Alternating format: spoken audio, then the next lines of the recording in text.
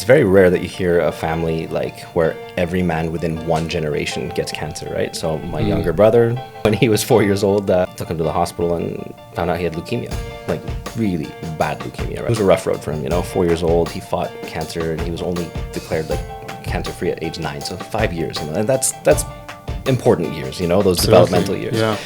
So, cured. Now he's a celebrity trainer. He's crushing it. He's an entrepreneur as well.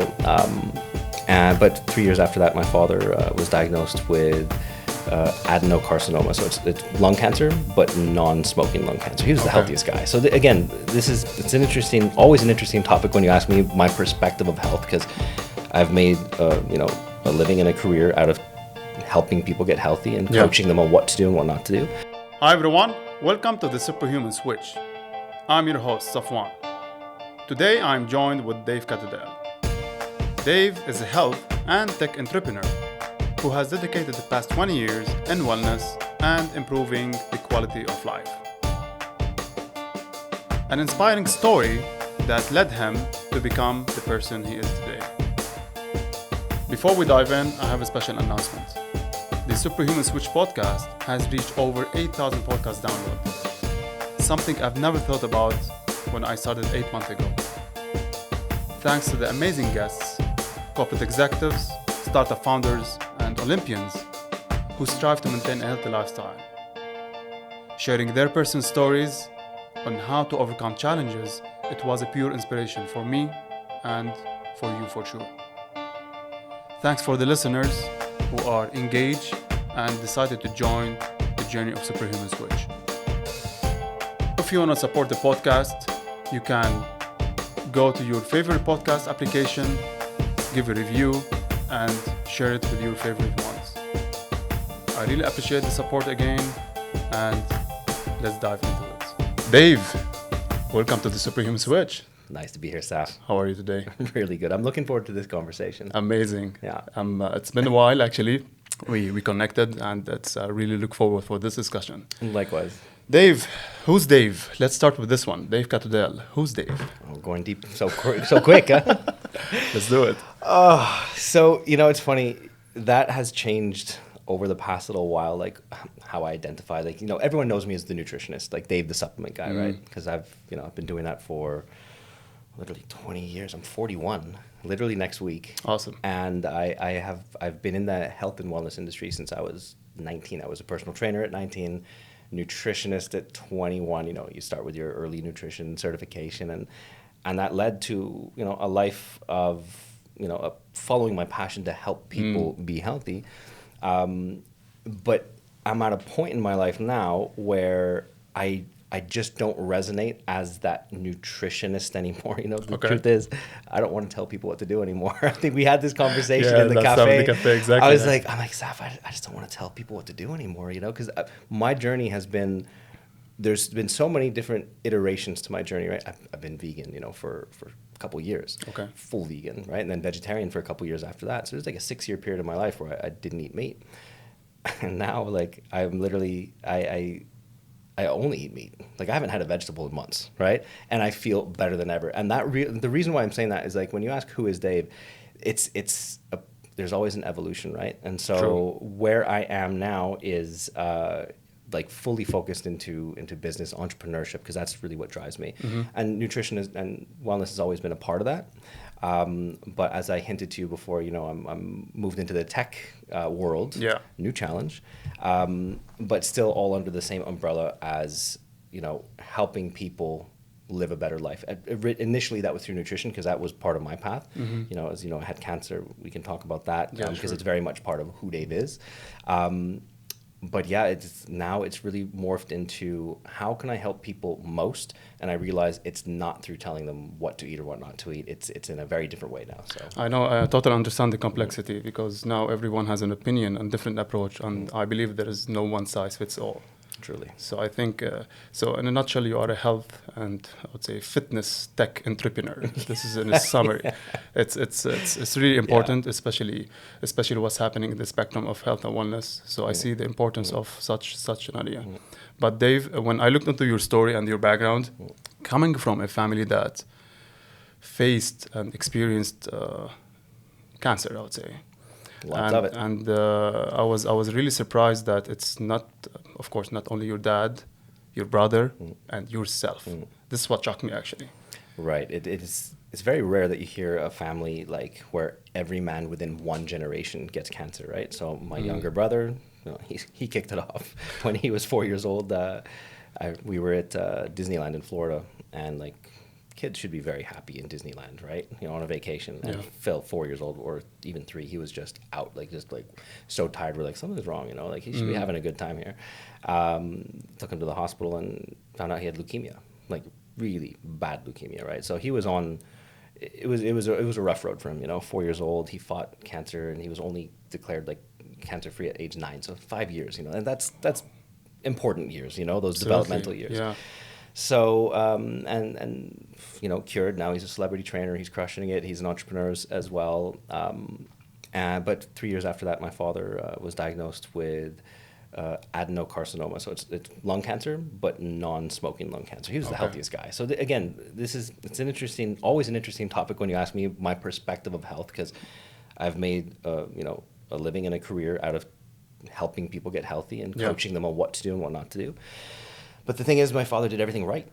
He was the healthiest man I've ever met. Never smoked in his life, never drank in his life, took his lunch hours and ran. He was built like a Spartan warrior, like just great physique, everything natural. And like, how does a guy like that get cancer, right? Exactly. So again, the pattern continued, and he passed away very quickly. Like the cancer hit, it was very advanced. It spread to his brain, and they gave him, I think, 3 months to live, but he pushed through for almost a year, and then passed away when he was 45, and I was 17. So right at that point, you're 17 years old. Like I didn't graduate from high school that year because I was like, I don't want it. I'm just, the head was just not there. I was motocrossing and competing and wakeboarding and just trying to get as much adrenaline fixes as possible, as one does when they're a teenager. Yeah. Anyway, so I got out of that phase, a little bit of self-destruct, a little chasing the adrenaline, and became fitness literally saved my life at that point, because I was going down like a pretty destructive path. Exactly. And then something just switched, and I got into the gym, and I started becoming obsessed, positively, but obsessed, no question, with taking control of the way I felt through the gym, through lifting weights, through reshaping my physique, through, just feeling like in control, because everything else felt so out of control. You see your brother get sick, you see your father pass away, you're like, holy shit, like people are dying around me or getting sick. Like there was always a little seed in my brain saying, you're next, like about the cancer story. I'll get to that in a second. Essentially, like the tapping myself into the discipline of taking control and just looking at the gym like my self-improvement protocol was the best thing I've ever done. And that right away led to like, this is what I want to do. I want to help other people. But was it like an escape or like... For sure. For sure. Yeah. Something that I can laugh about now. The reason why I do laugh is, on this journey, I've been able to look back and be like, okay, the reason why I was trying to build up this, like I was bodybuilding, like I was fitness modeling, I had packed on as much muscle as I possibly could. Yeah. And I realized like that was like a false sense of security. I'm like, the bigger and stronger I get, cancer can't get me, right? So that was like subconsciously, I wasn't thinking that, but I was acting that way. I was like, I need to put on as much power and size as possible because I felt vulnerable and weak inside. You wanted to take control.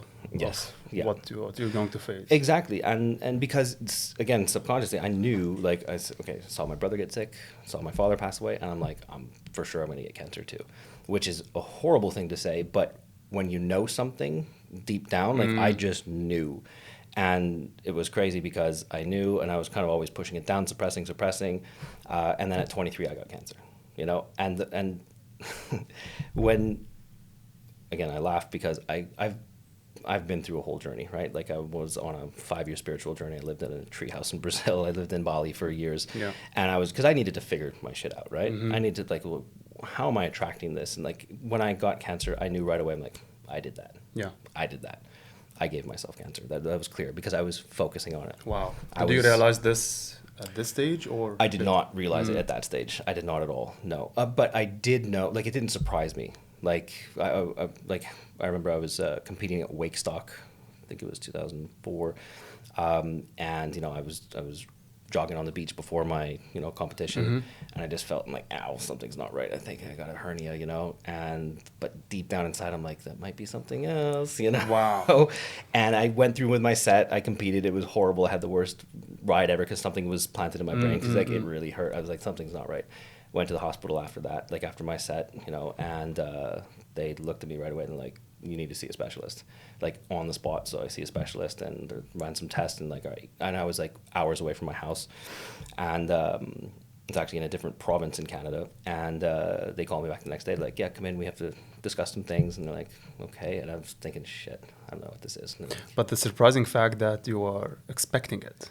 That's the weird So thing. I'm interested to know how your mind was looking to this, like, when they received the news, like, okay, yeah. It was so, yeah, it was exactly like that. Like when they said we're like, they were more awkward about telling me than me. Like they were like, like, I'm like, yeah, just, I know you. Because almost 100%, yeah. I don't know from like. I walked in, I'm like, it's cancer. Like, I just know this. And they're like, they basically told me and I'm like, okay, well, what are we going to do? Like right away, there was no worry. I'm like, what are we going to do?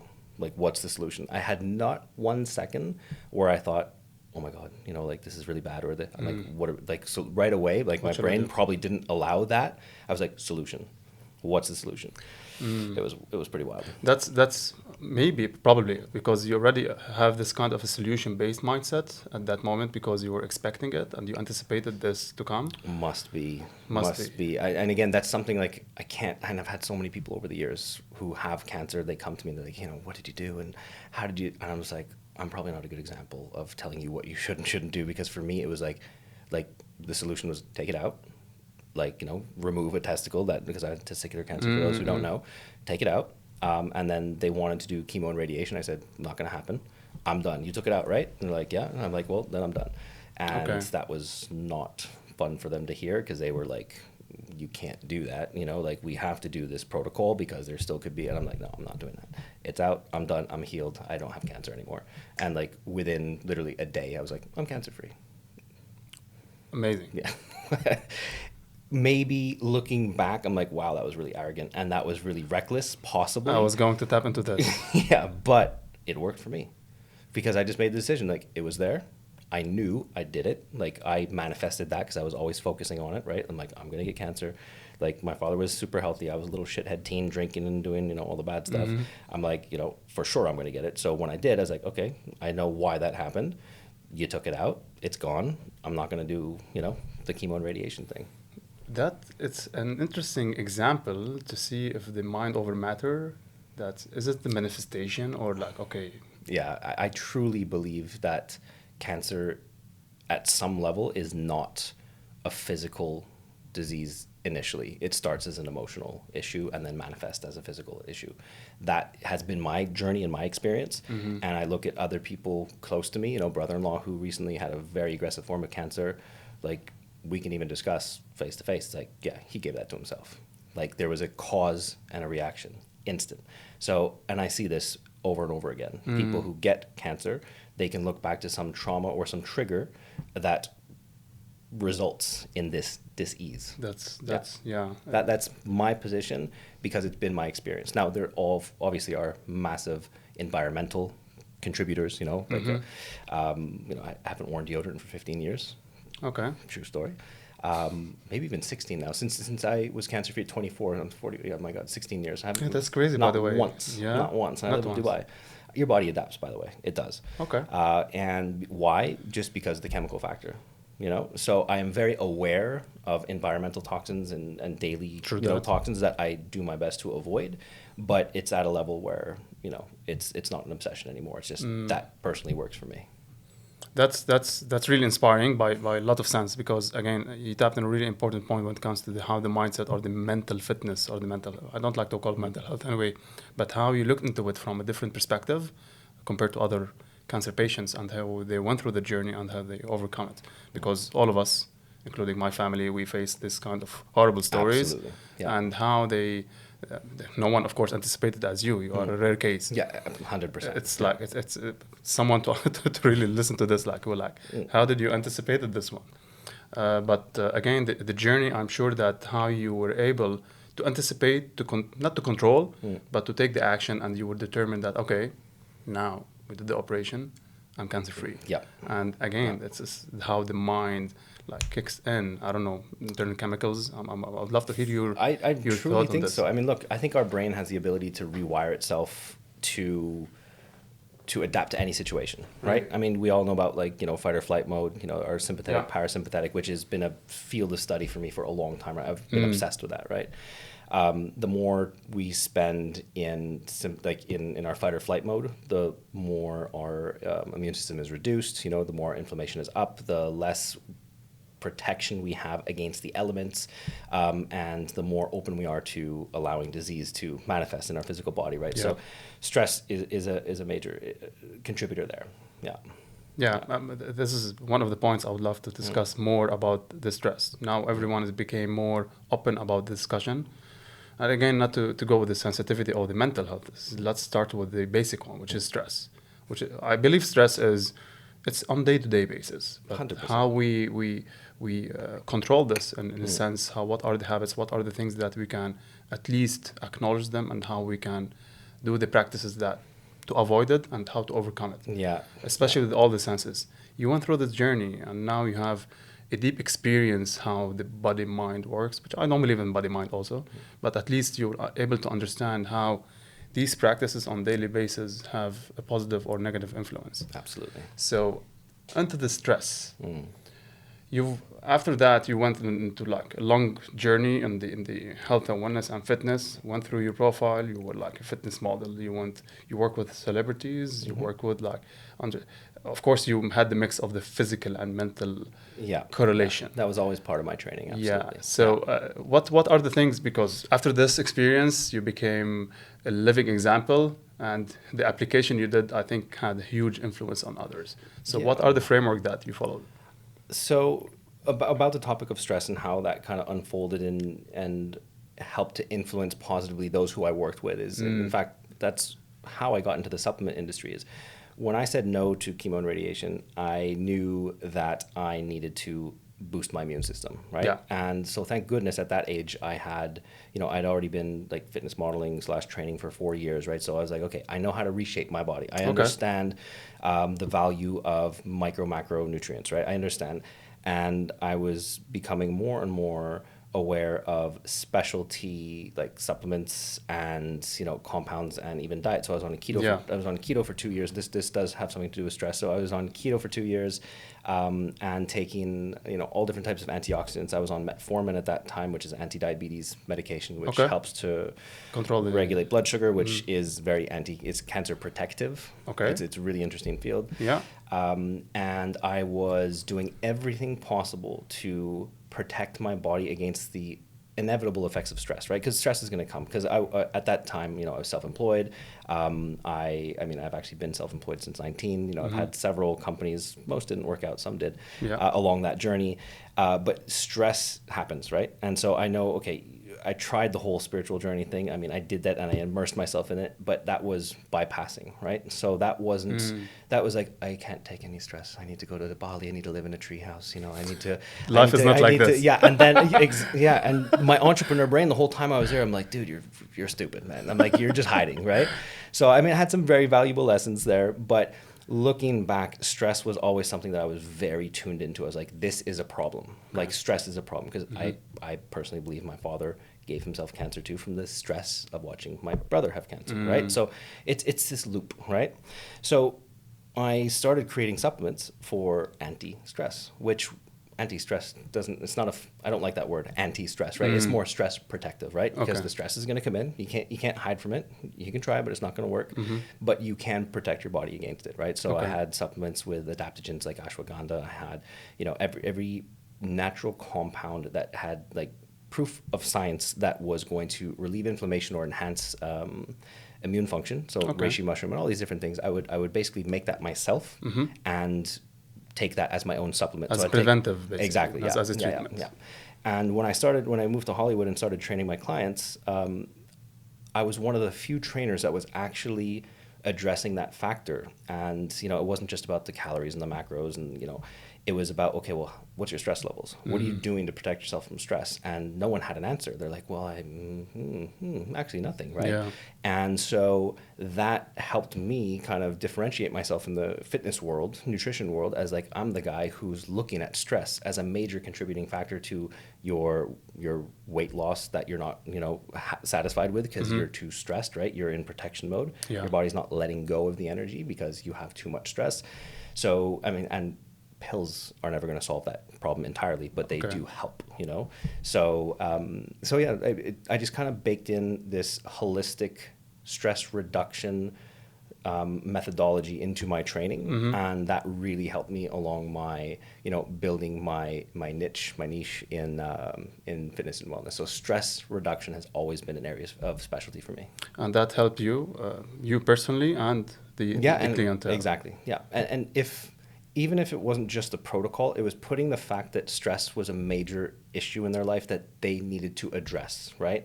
It's like if you have a stressful lifestyle, if you're on the road a lot, or if you have issues in the relationship, or if you have, we all have our own things, right? Yeah. But if you're not taking the time to meditate, if you're not doing breath work, if you're not taking supplements, if you're not, you don't have to be doing all three, but if you don't have a strategy to say, you know what, the stress is building up in my life, I need an outlet, right? If you don't have that, then it can and will compound to dangerous levels where things will start to go wrong. Okay, and let's take this example. A client approach you now and ask you, okay, I acknowledge the fact that I'm stressed because I believe that the first step is to acknowledge that you're stressful. Yeah. And now everyone became more open about this topic. What's the first step you can give him? I would look at, you need a holistic picture, right? Because there's the obvious, like, okay, what are the main stressors? Like, are you eating clean? Because if you're not, that's a stressor, right? Yeah. Are you, sleeping a quality 8 hours? If not, that's a stressor. Why? Because you're not recovering from the stresses of the day, right? Sleep is your golden opportunity to recover, right? Which is, recovery is stress reduction, right? One goes hand in hand. So I would look at their day and the bookends and say, how do you start your day? How do you end your day? And usually you can find some critical issues like, well, I start my day, I'm on the phone within the first 10 minutes. And then at night, my phone's in my room. And then you just look at this pattern over their day and you're like, you're in fight or flight mode all day. Like your body is in protection mode all day. When do you step outside that? And for most people, it might be having a drink or doing something to say, oh man, I'm so stressed, I need to fill in the blank. Yeah. That is not real stress reduction. So I would just look at their day and I would find areas where we can construct periods where you take your brain out of beta waves, and get into alpha or theta, which is either 5 to 10 minutes of breath work, that'll do it. 5 to 10 minutes of meditation, that'll do it. It's not going to solve your problem for the rest of the day, but at least you've had that gap. You've had, you're in fight or flight, your adrenaline is high, your digestive system is probably pretty slow and pretty poor, to be honest, and that's going to result in a whole other issues. So you just need to give your body a couple windows each day of like, I'm safe, I'm chill, and most people don't do that. So we'd build that in. I love this. How do you define the optimal well-being? How do you define optimal well-being? That's an interesting question because I'm sure it's subjective to different people, right? So if you asked me that 10 years ago when like it was more about like the physical body and nutrition, I would probably have a slightly different answer. Now, especially in the past 2 years since, the whole pandemic thing, you see a lot of people feeling out of control. And when I say out of control, I mean they don't feel like they're really making all the decisions in their life. Or they feel like they're chasing something. And I think probably the word I'm looking for is freedom, to be honest. It's like being free within yourself. So I had a long journey to feel free within myself, and that has led to a feeling of like well-being almost regardless of the circumstances, if that makes sense. I'm building my tech company now has been challenging, to say the least. As a non-tech founder, going from the nutrition and wellness world into tech has been like whoa. There's a lot of fires to put out. True. And my fitness took a toll. Right, I stopped training for about 6 months at one period about a year and a half ago. Nutrition's pretty rock solid because that's just been ingrained in me. Like my food is pretty much consistent. Like I never go off the rails with food. Okay. I don't enjoy eating not healthy, right? But the point is I would really define well-being right now as being in a place in your life where your routines, your habits, and the place you are in, really you feel in control and free. Because I don't see how you can really have wellness without that. Because That's true. you know what I mean? Like, Yeah. I don't know if I'm articulating well, but the sense of being like, I got this. I'm in control of my fitness. Or at least in my physical activity, right? True. I move my body and I do it for me, not for aesthetics.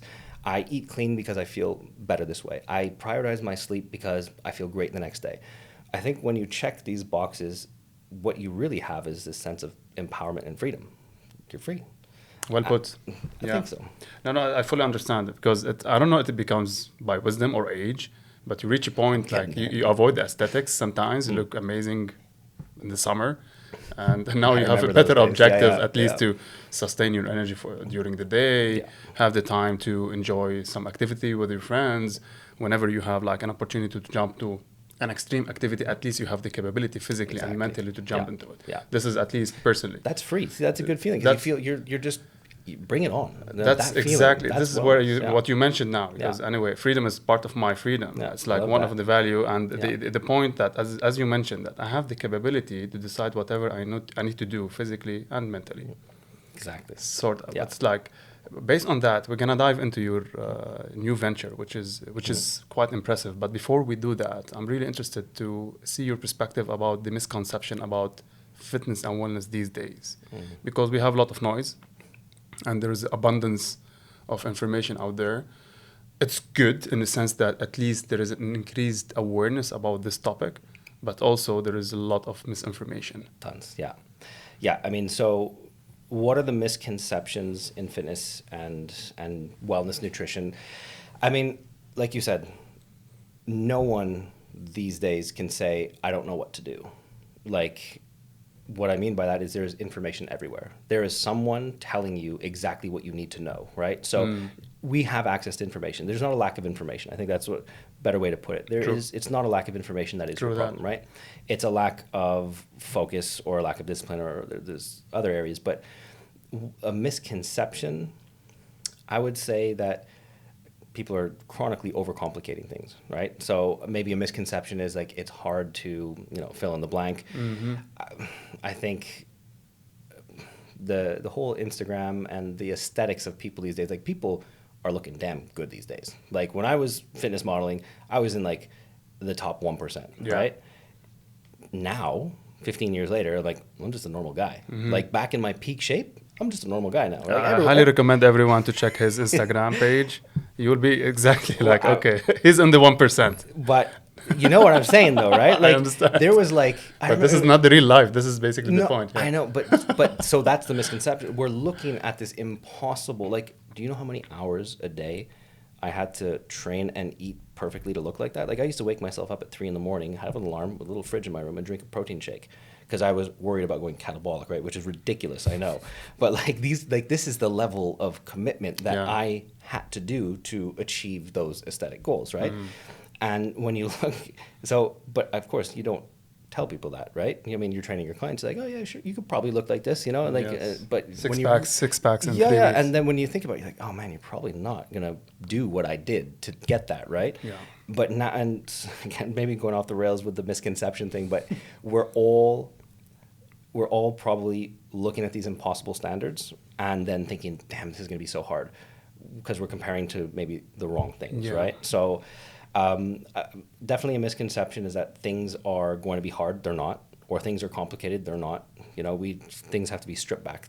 Getting healthy is very simple. It really is. Yeah. It's like eating clean is not rocket science. It's very simple.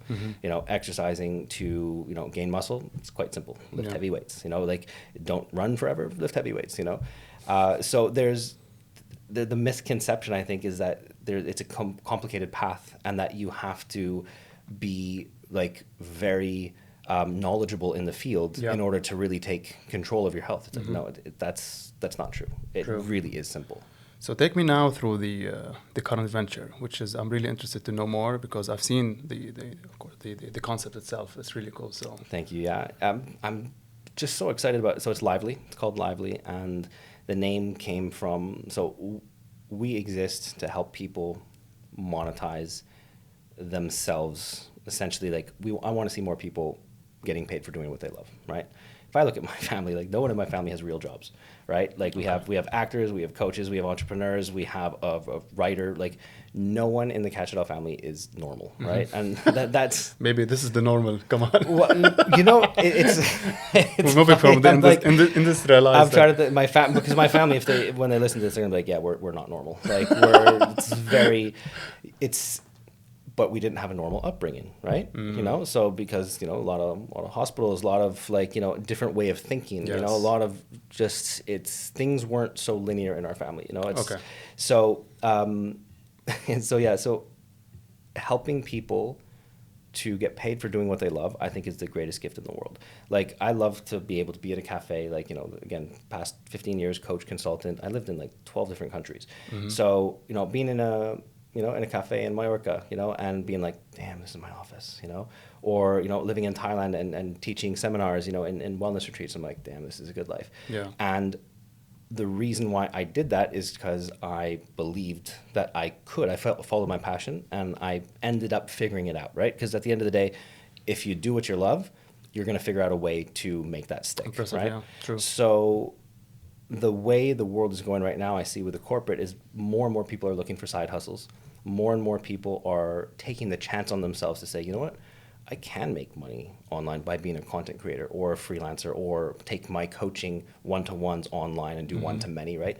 And so there's no platform right now that currently exists for that, right? So if you look at Instagram, you might post some pictures, and your hopes on Instagram is being either discovered or becoming an influencer, hitting the algorithm, or getting brand deals, right? True. But you're not going to, most people, right? Of course, there's always the 1%, like top, but most people will never achieve that status, right? And some people don't aspire to, right? Like, I don't want to put in the work to be an influencer. I just want to build my brand, right? True. Some people have that mindset. And on YouTube, you know, like, these platforms were set up to say, give me free content and hope for the best. Basically, that's what these big platforms are designed for. Yeah. Like, give us free content and hope for the best. That's it. Good luck. But Lively, what we've created is a way, like a place where it's all designed for monetization. So we offer content memberships.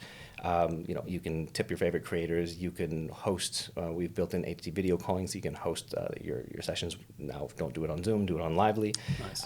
You know, we've built in the whole calendar and analytics, so you can track who's interacting with you, who's purchasing from you, and you basically are creating a community where you don't need 1 million followers or even 100,000 followers on Lively. You just need.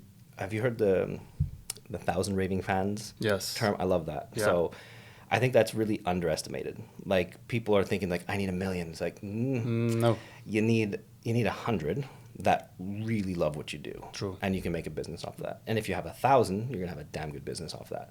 So I think that one of Lively's mission is to make us think differently about your visibility and more about quality, rather than just trying to entertain and throw out there and see what sticks. You cannot answer everyone. Exactly. It's more like, okay, if someone's on your Lively page, they're there because they're interested in you.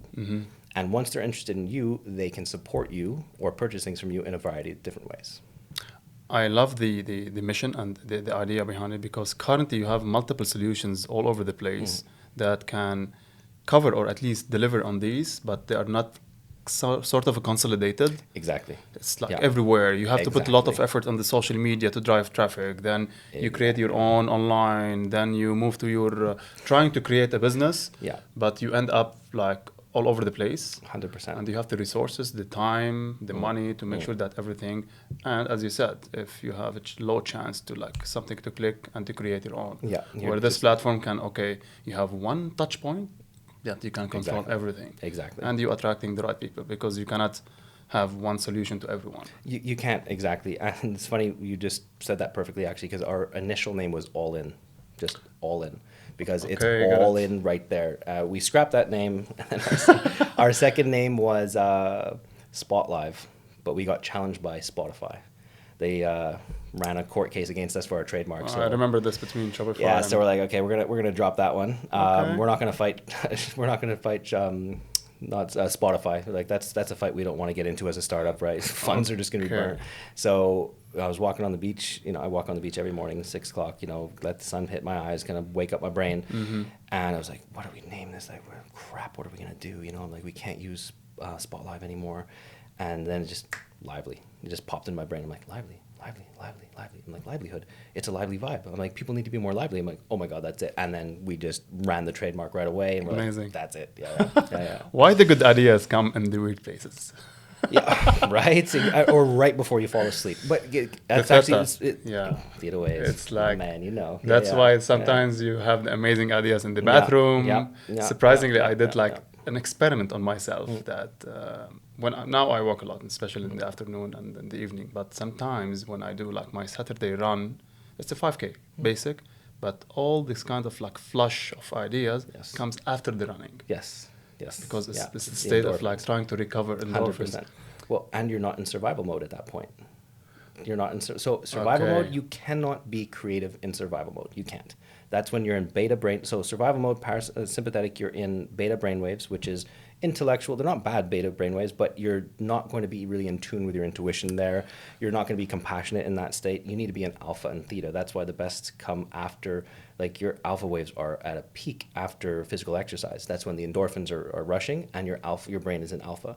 Same with right before sleeping. You know, you're in theta waves, and theta is even more advanced, more chill, let's say, than alpha. That's when you're really creatively flowing, and that's when the good shit comes in. Like theta waves and meditation, it's the same thing, right? True. Like that's actually one of the problems with, like, I don't know if any entrepreneurs resonate with this, but when I meditate, I get so relaxed that all my ideas come in. Then I'm like, you just fucked up my meditation, you know? Because you're meditating, you're like, okay, and then all of a sudden, like, oh, that, and all these ideas are coming in. You're like, damn it. But it's gold, right? It's gold, it's true. Because you're not in survival mode anymore. That's so important. That's impressive, because I just came back from the first podcast shooting after my 10 day of silent retreat. Oh, wow. Yeah, good for you. That's tough. Was it Vipassana? Yes. Yeah. I can, of course, I have been there. Received amazing requests to speak, and of course they were gonna share a lot of. I wrote a small article about it. Right. It took me through the journey. But what you just mentioned is the flow that you reach out after the 8th day. It's that how the clarity, and this is what I strongly now, of course, I crave for it, and I try to practice it almost on a daily basis. This mental clarity, you don't have to challenge any idea that comes, but it comes with the clear form, and you try to take action accordingly. Yes. Yeah. And again, it's mimic the same feeling after like the sleeping or like exercise. And I have my cold freezer here. I will show it to you after we're done. Also, the post is not during, because as you mentioned, during the survival, you're like all over the place. But the post one feeling, mission, stay alive. Exactly. Stay alive. That's it. Yeah. But I like this kind of like trying to apply these small practices and see which one fits you, because we mentioned a lot of like amazing tips, walking, meditation. But again, sometimes we overwhelm. Exactly. And we going back to the complication. 100%. But I always, because I have my curiosity, I try to try multiple things to see which one fits me, because again, there is no one size fits all. Yeah, 100%. So it's interesting you say that. So just one, like a trend. So back, it was about 10 years ago when I was working in the wellness retreats, you know, like ice bathing was huge. This was even before Wim Hof, right? And I remember I'm like, I'm from Canada, right? And I don't live there anymore because I don't like the cold. And like, I hated ice baths so much. But the reason why I did it was because the after effects, like in it, I'm like, I hate this, I don't want to be here. But I'm doing this for the reward after, where I didn't even look at it from a wellness perspective. I didn't look at it from a longevity. I was like, I'm going to have such great ideas after this ice bath. Yes. Like it's the same thing. And so biohacking is interesting. If you look at biohacking from a different perspective, you might look at some of these weird, wild things are just putting you in an advanced and instant state of sympathetic activation. You're in fight or flight. So after that, you're going to have such a rush of endorphins that capitalize on that time. So if you're doing like anything that is extreme, you know, whether it's exercise, even your 5K walk, because technically that's a little, your heart rate's up, right? Like your metabolic system and circulatory system's flowing, and the come down, the endorphins, that's a golden opportunity for you to really like write things down, or just like, because you're going to stream. there's a good chance you're going to stream, which means get the good information. You know? Yeah. See, again, but all of this, I tested them, but I want to break it down to like, because the common people, sometimes we live in the bubble, we think that, everyone's doing ice baths. Exactly. Yeah, everyone's doing ayahuasca. But in reality, this is the, but in reality, I'm trying as much as I can, of course, with this platform, bringing the people that they know and they tested this. What are these, at least the small steps? And you have the options to explore multiple variety to see which one fits you. But it's... I mean, I would say, like, find your baseline, right? Like, some people go too extreme, right? A lot of people who are, like, unhealthy, they're like, I'm going to go vegan. That's, like, the complete most extreme thing you can do. It's like, just stop eating so much shit, you know? Like start there, right? So find your baseline first, right? Yeah. That will dictate what you should be doing, you know? Like, if you're already very active, you know, you're fit, you're training 3-4 days a week, plus you're eating well, then jump into some advanced, like, you know, do 10 minutes in an ice bath, you know, do, you know, a whole Wim Hof session, you know, or do holotropic breathing or something like really intense, because your body's primed for that. But if you're sedentary and not taking very good, like, care of yourself, like, in general, and you know you need to make that change, start with a cold shower. Yeah. You know, like, don't jump in an ice bath first. Take a cold shower. Dip your face in ice water, you know, baby steps. People usually think if I'm here, I have to jump all the way over there to get results. It's like just little improvements. Yeah, that's true.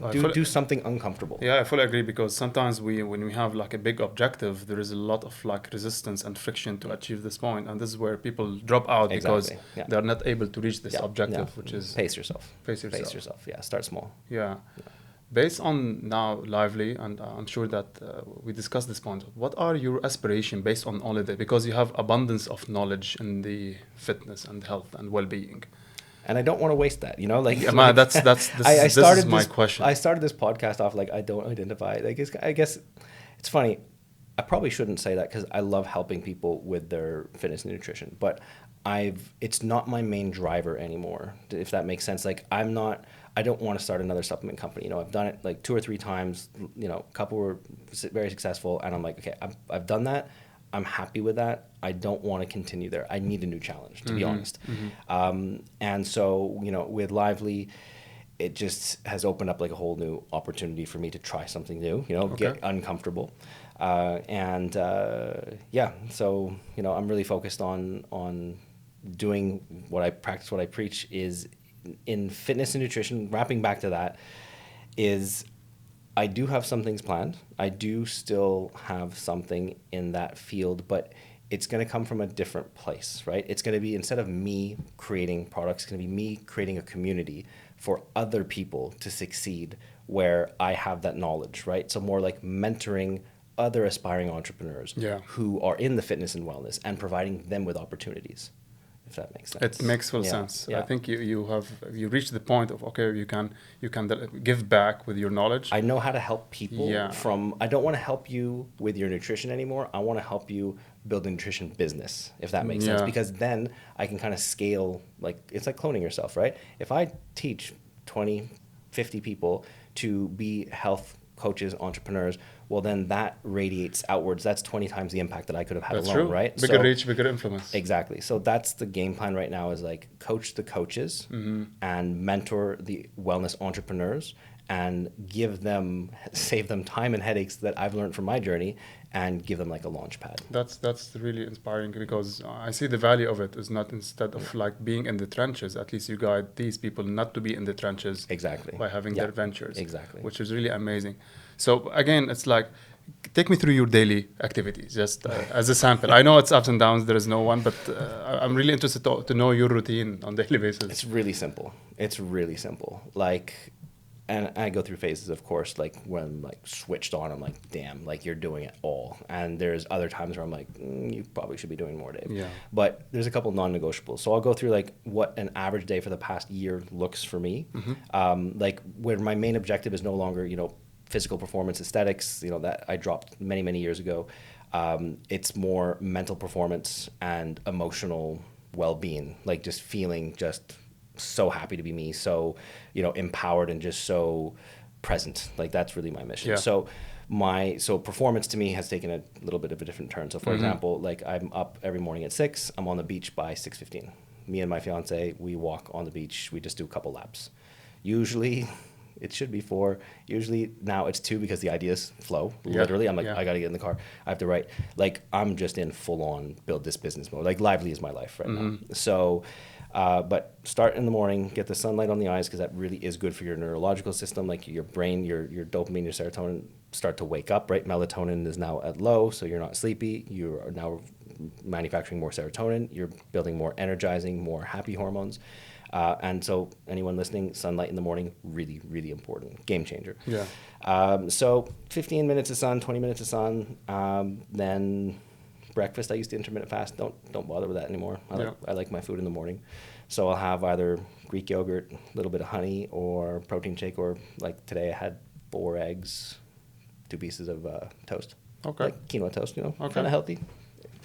Honestly, like if you, I was thinking about that, like, why am I eating quinoa toast? It's all the same shit. Carbs are carbs, right?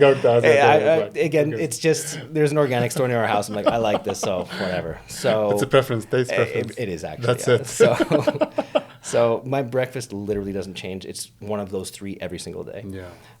Lunch will be usually, steak. Recently, just steak and rice.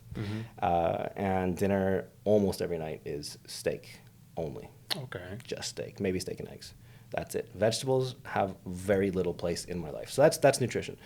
Within there's meetings. Building a startup is time consuming. You're always putting out fires, managing the tech team, coordinating with my CEO and co-founder and best friend. That's a blessing. Yeah. And always squeeze in a little bit of time for meditation. And for meditation for me really just means, because I have a high heart rate naturally, right? When I say naturally, I've been on testosterone since I was 23. Yeah. So I have more red blood cells. So I have, heavier load on the circulatory system. So my resting heart rate is probably about 78, which is high for someone who's fit and healthy. Yeah. And I can easily be in the high 90s to 100 during the day. During the day. So that... It's a level, almost a level 2 kind of thing. Yeah, I'm high energy, right? And I also have ADD, which is a superpower, but it also contributes to a more excitability nervous system, right? Yeah. So, like I run hot, like I run hot. My fiance will agree. She's the chill one, and I'm high energy. Amazing from balance. Morning to night. Yeah, it's perfect. It wouldn't work any other way. So yeah, I do find my time to bring my heart rate down, whether that's breathe. Like I used to be big into breath work, really, really big into holotropic breath work, and which used to be long sessions. Sometimes like rebirthing or conscious connected breathing used to be 2-hour sessions. So don't have time for that anymore. Don't have the desire for that anymore. Been there, done that. Love it, but I'll do maybe a couple rounds of box breathing just to bring me down, right? Yeah. And then I'll train sometime in the day, usually 1 p.m. And that's usually 1 to 3 is when I have the least amount of meetings, or potential things that can go wrong that I have to be. So that's the time I can really park my phone, 1 to 3 typically. Could be 11 to 1, but it's usually either one of those. I'll train 4 days a week for sure. Yeah, 4 days a week. And sleep by 9 every single night. There are exceptions, but very rare. Like out of 365 days, 355 are asleep by 9. And what time do you wake up? 6. 6. Yeah. Wow, it's a lot of sleep. That's really a lot of sleep. Yeah. I'm big on sleep. Yeah. Yeah, I think it's foundational, and now all the science proves that the first thing to focus on. It's so important. And I've always been a good sleeper. There's been phases, when I was in LA and, training clients at 5 a.m. sometimes and, training up, like doing stupid things and just staying awake too long. And I really saw that detrimental to my mental, like my emotional state.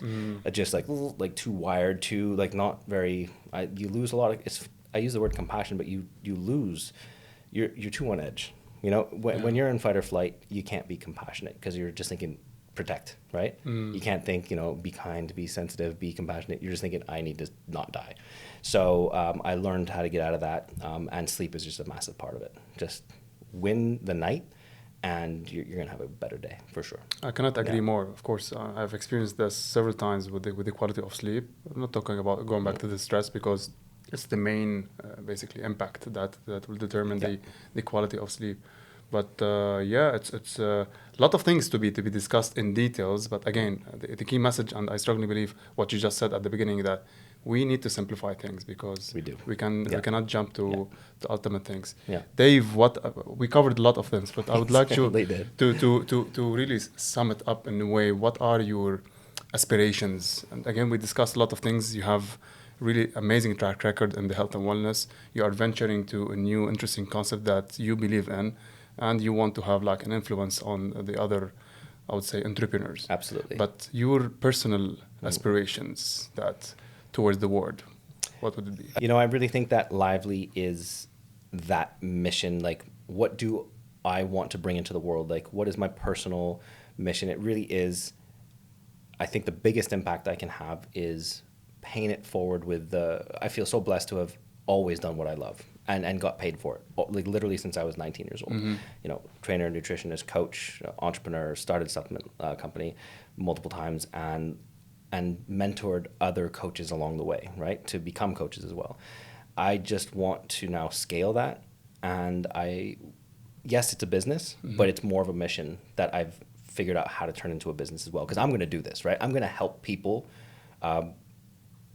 believe in themselves more and go more like freelance, or at least take a chance at getting out of the corporate 9 to 5 and looking at their life in a little different way and saying, I don't have to do this linear, you know, like A plus B equals C.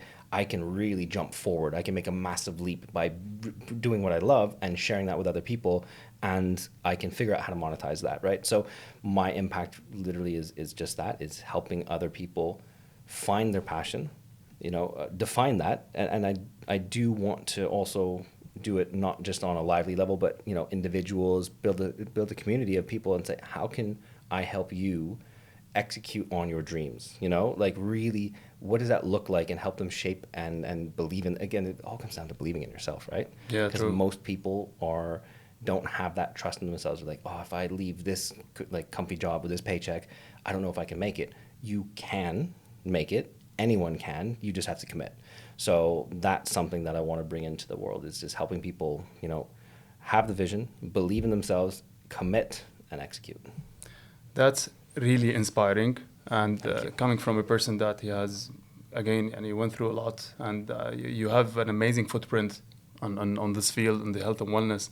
I'm sure you are gonna, this concept, I'm really looking forward to be part of it.